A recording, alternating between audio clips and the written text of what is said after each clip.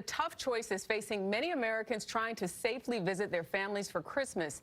Millions of people are still traveling despite CDC warnings about the dangers of spreading COVID-19. The U.S. reported more than 228,000 new coronavirus cases just yesterday. Many healthcare workers are sacrificing their own Christmas celebrations to keep up.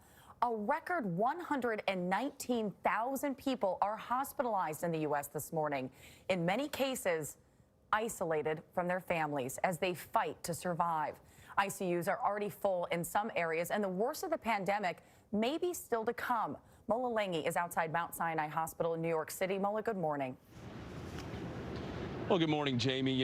As you know, in so many ways, it's frontline healthcare workers who have been bearing the brunt of this pandemic. And, during the holidays, it's no different. If anything, and in a lot of cases, it's actually worse, especially for those doctors and nurses who have chosen to stay away from their families throughout this pandemic in order to keep them safe. All this as New York City, like so many other places, tries to combat yet another threat from the UK.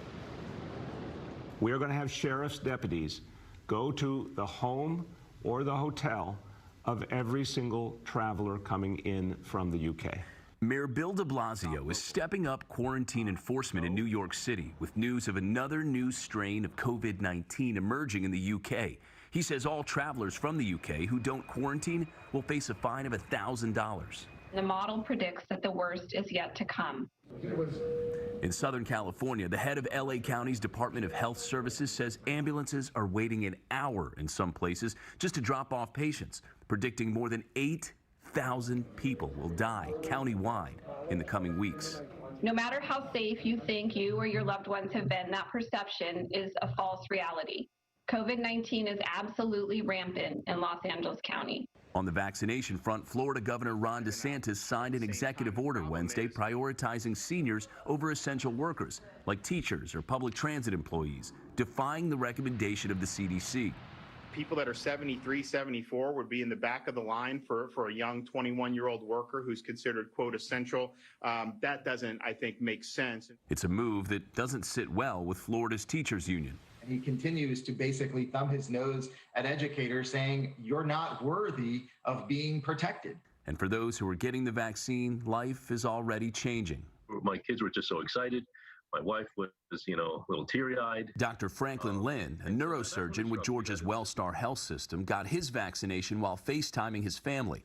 Living alone since March to protect his wife and kids, he's mostly been communicating with them virtually. Soon, he can resume his dad duties at home. What do you miss the most about being home? I'm excited to put the kids to bed. That was always my original job. Well, although more than 1 million Americans have already been vaccinated, that is still about 19 million shy of what the federal government projected by the end of this year. And it's unlikely that goal will be achieved, according to the chief of Operation Warp Speed, who says simply because the process of putting shots in arms, Vlad, has just taken much longer than anticipated. Indeed it has. Mola Lenghi for us in New York City. Mola, thank you very much.